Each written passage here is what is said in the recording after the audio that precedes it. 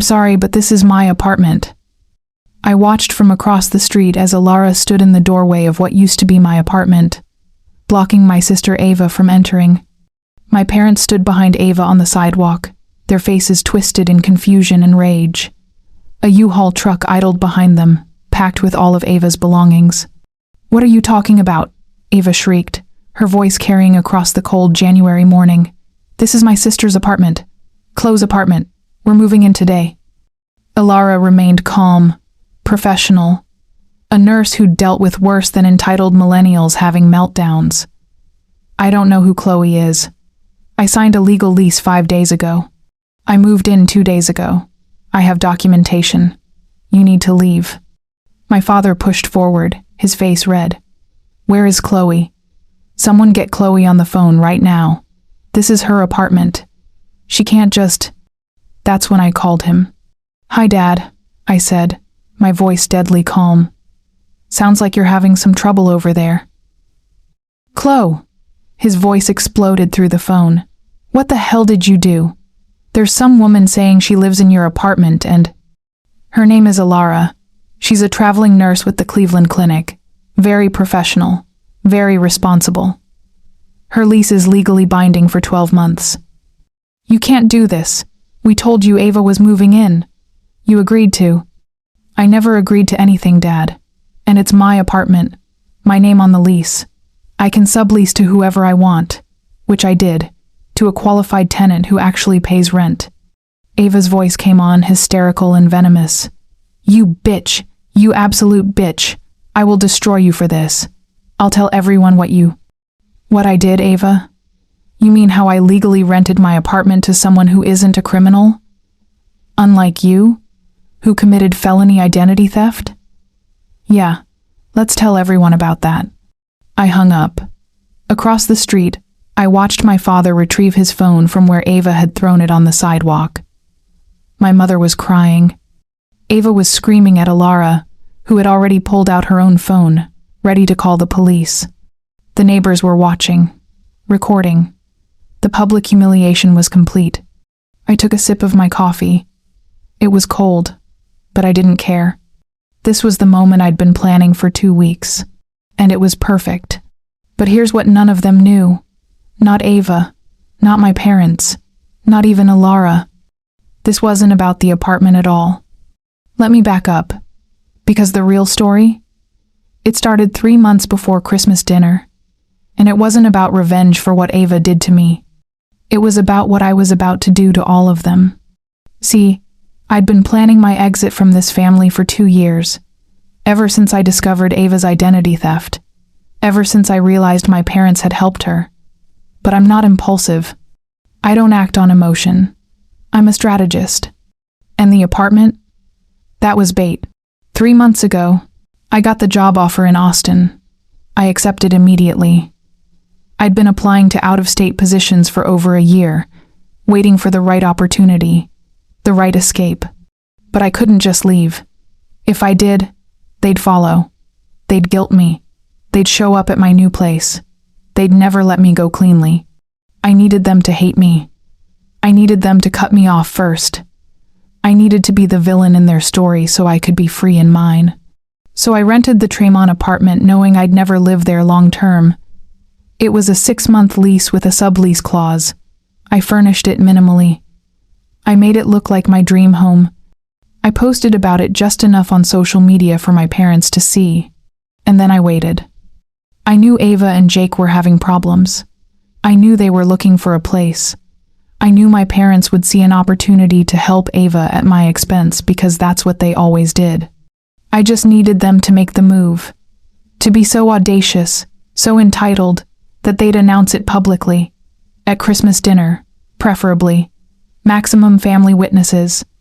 When Ava made that announcement at dinner, "Chloe's new apartment in Tremont is just perfect for us," I could have kissed her. She'd played her part perfectly. The smell of roasted turkey and cinnamon filled my parents' dining room that Christmas evening. I'd arrived early, helped my mother with the final preparations, played the role of the dutiful daughter one last time. Because I knew what was coming. 3 days earlier, I'd overheard a phone call between my mother and Ava. I'd stopped by their house to drop off gifts, but really to plant a listening device in the living room, a small Bluetooth speaker hidden inside a decorative candle I'd given them. I'd heard everything. The plan. How Ava would announce it at dinner as a done deal. How my parents would back her up. How they'd pressure me in front of the family so I couldn't refuse without looking selfish. They thought they were so clever. "We'll tell her at Christmas dinner," my mother had said. "In front of everyone. She won't make a scene. She'll agree to figure it out later, and then we'll just make it happen." My father had laughed. "Chloe's always been practical. She'll understand Ava needs this more." I'd listened to that conversation in my car, hands shaking, not with hurt, but with excitement. They'd given me the perfect setup. So when Ava set down her wine glass and made her announcement, I was ready. "Chloe's new apartment in Tremont is just perfect for us. Jake and I are going to move in next week." I looked around the table, at my aunt's frozen fork, at my uncle's forced smile, at my parents' expectant faces, and I smiled. A genuine smile. "That's interesting, Ava," I said calmly. "When did you want to move in?" She brightened immediately, not catching the edge in my voice. "January 2nd. We already have the U-Haul reserved." That's going to be a problem." My mother jumped in quickly.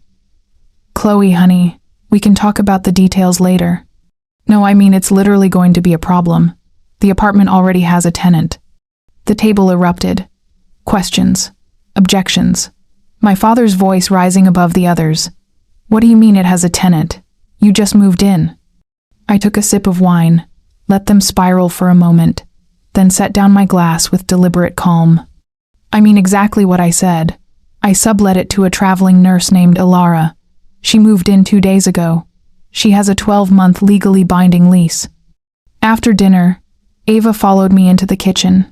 The family was in chaos in the living room, my mother crying, my father making angry phone calls to someone, trying to find a solution. But Ava wanted answers from me directly. "What the hell did you do, Chloe?" Her voice was low, dangerous. I kept loading the dishwasher, my movements calm and methodical. "I rented my apartment to someone who could actually pay rent." "What's confusing about that?" "You knew we were moving in." "No, Ava. You told me you were moving in. You announced it like it was a done deal without ever asking me. There's a difference." She was shaking with rage now. "It's the least you could do after you stole that first apartment from me 2 years ago." There it was, the line I'd been waiting for. I turned to face her fully. "Stole an apartment from you? Ava, I didn't get that apartment. My credit was destroyed, remember? Someone committed identity theft against me." "Yeah," she said, and she was smiling now. Actually smiling. That was me. I let my expression crumble. Let her see exactly what she wanted to see. Devastation. "What?"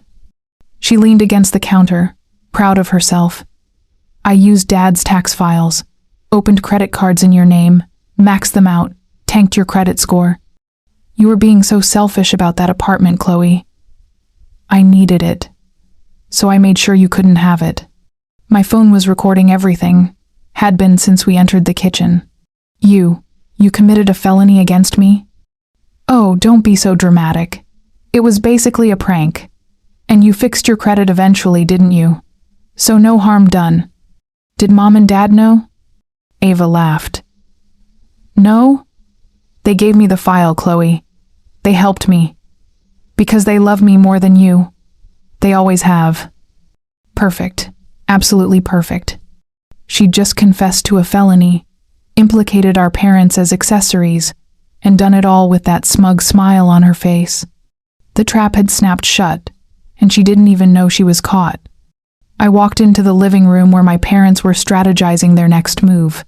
I had my phone in my hand, recording app still running, though they didn't know it. "We need to talk about what Ava just told me." My father muted the TV. "Chloe, let's be reasonable about this apartment situation. Ava told me she committed identity theft against me, using your files. She said you helped her." My mother sighed. Oh, honey, that's not how it happened. But my father was more direct. His tell was always his directness when he was backed into a corner. We gave her the information, yes. Ava was struggling, Chloe. She needed that apartment. You're strong. You're capable. We knew you'd figure something else out. And you did. So you admit you helped her commit fraud against me. Your own daughter.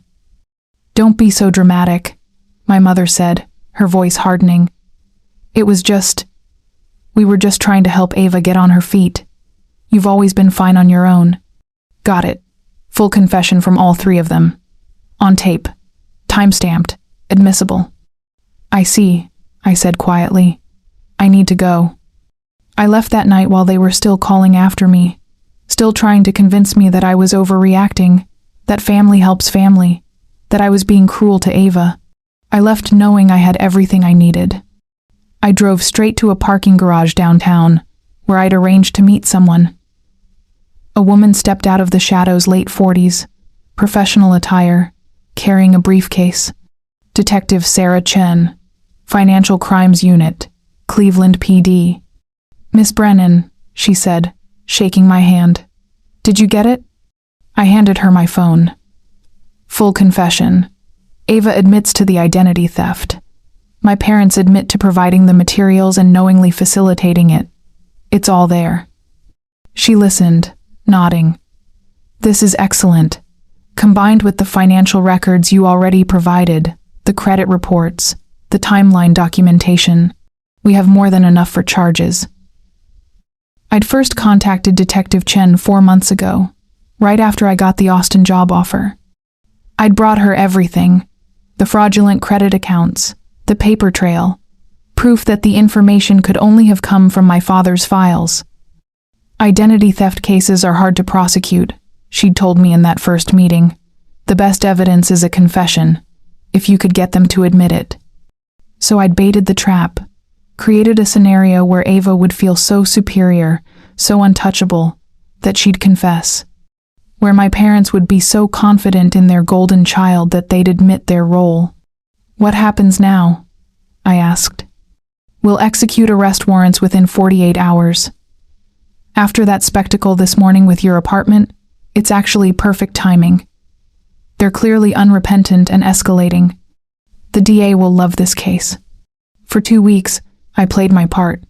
I let them call me, let the voicemails pile up, let my mother send her guilt-tripping texts, let Ava post her vague social media attacks about toxic family members and betrayal. I needed them to create their own narrative, to paint me as the villain, to tell everyone how horrible I was, because when the truth came out, the reversal would be so much more devastating. I packed my real apartment a different place, one they'd never seen. The Tremont apartment had always been a prop, a stage. I'd rented it specifically to be the bait in this trap. Alara, the traveling nurse, was real. Her lease was real, but she'd been carefully chosen. I'd explained the family situation to her vaguely, professionally, and she'd understood. She needed a place. I needed a legal tenant who couldn't be guilt-tripped or manipulated. My flight to Austin was booked. My new apartment there was ready. My job started in 3 weeks.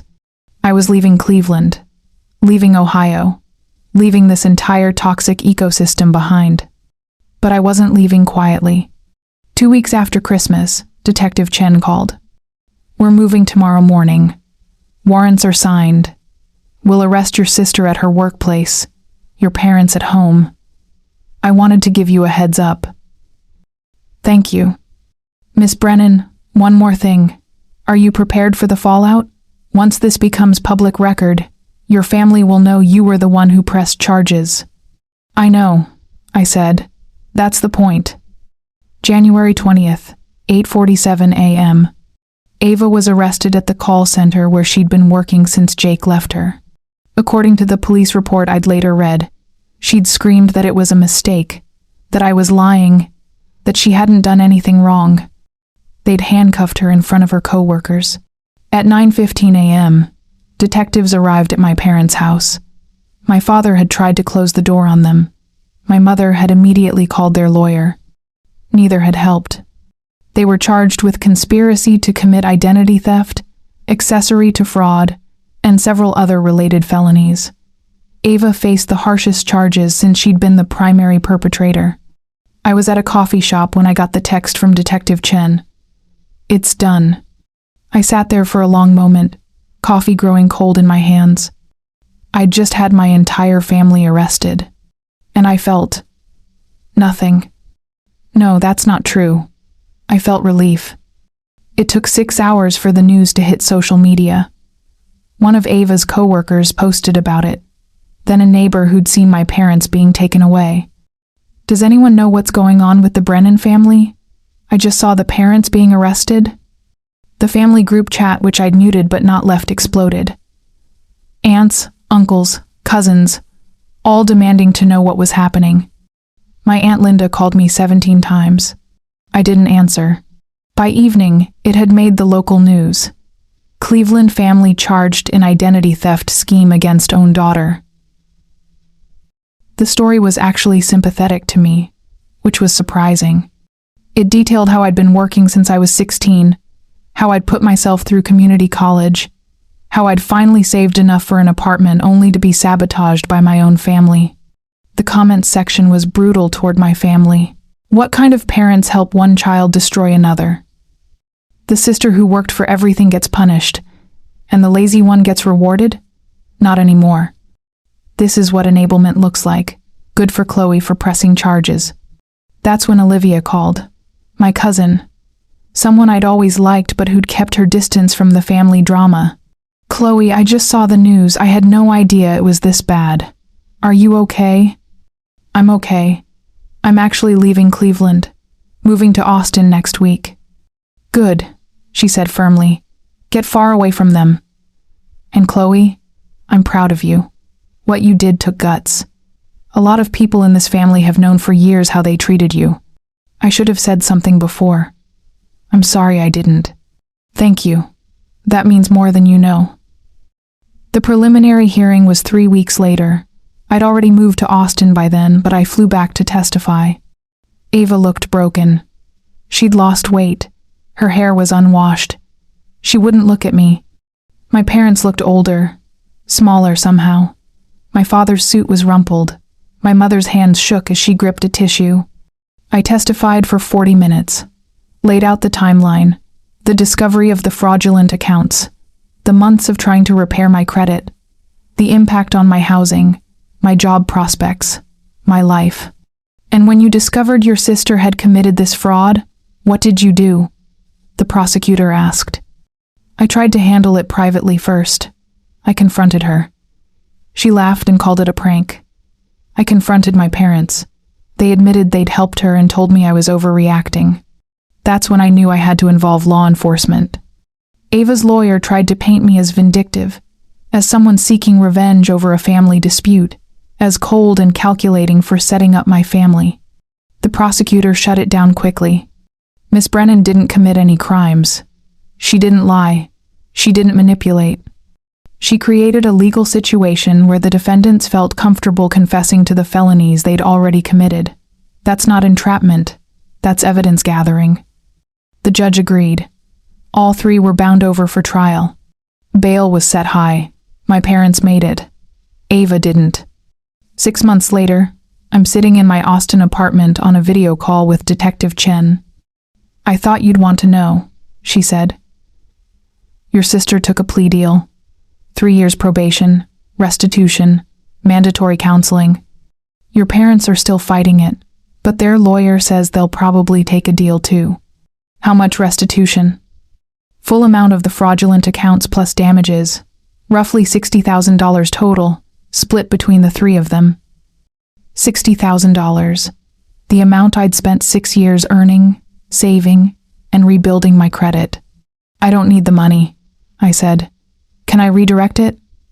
Detective Chen looked surprised. "Redirect it where?" "There's a nonprofit in Cleveland that helps young adults who've been victims of family financial abuse. Helps them build credit, find housing, legal support. I want the restitution to go there." That's That's really generous, Miss Brennan. Are you sure? I'm sure. I don't want their money. I never did. I just wanted them to face consequences, and I want someone else to get the help I never had. We arranged it through the court. The restitution would be paid to the nonprofit over time as part of their plea agreements. 3 months later, I got a letter from the nonprofit director. They'd helped 4 young women escape financially abusive family situations using the resources funded by my restitution case. 4 people who wouldn't have to grind as hard as I did. 4 people who'd have support. That felt like justice. It's been a 1.5 years since that Christmas dinner, since Ava's announcement, since I set the trap that freed me from my family forever. I'm thriving in Austin. My job is incredible. I got promoted 6 months in. I'm making more money than I ever thought possible. I have an apartment with a balcony that overlooks the city. I have friends who don't understand how a family can be so toxic because they come from healthy homes. I'm dating Marcus. He's a software engineer. Kind. Stable. The first time I told him about my family, he was horrified. They did what? He couldn't comprehend it. That's when I knew I'd found the right person. Someone who thinks what happened to me is horrifying, not normal. Olivia visits every few months. We've gotten close. She's told me stories about how the family has fractured since the arrests, how my parents barely speak to anyone, how Ava moved to Columbus to escape the shame. They bring it up sometimes at family events. Olivia told me last time she visited, someone will say something about holding people accountable, and the room gets tense. Everyone knows what happened. Most people think you did the right thing. I got an email from my mother 3 months ago. The first contact since the arrests. Chloe, I know you're angry, but you destroyed this family. I hope you can live with yourself. I hope one day you understand what you've done. Mom. I deleted it without responding. Here's what I've learned. Sometimes the right thing feels cruel. Sometimes protecting yourself looks like revenge to people who benefited from your suffering. Sometimes the only way to break a cycle is to burn it down completely. I'm not sorry. I won't be sorry. I set a trap. I collected evidence. I pressed charges. I held my family accountable for felonies they actually committed. Some people call that vindictive. I call it justice. I chose legal consequences over family loyalty. I chose self-respect over maintaining appearances. I chose freedom over the comfort of pretending everything was fine.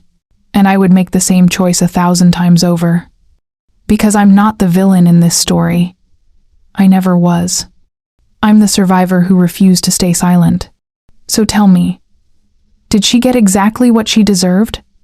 Or did I go too far? Drop your honest thoughts in the comments. And if you're still not subscribing, tell me what's holding you back. I actually want to know. Thanks for watching. I'll see you in the next one.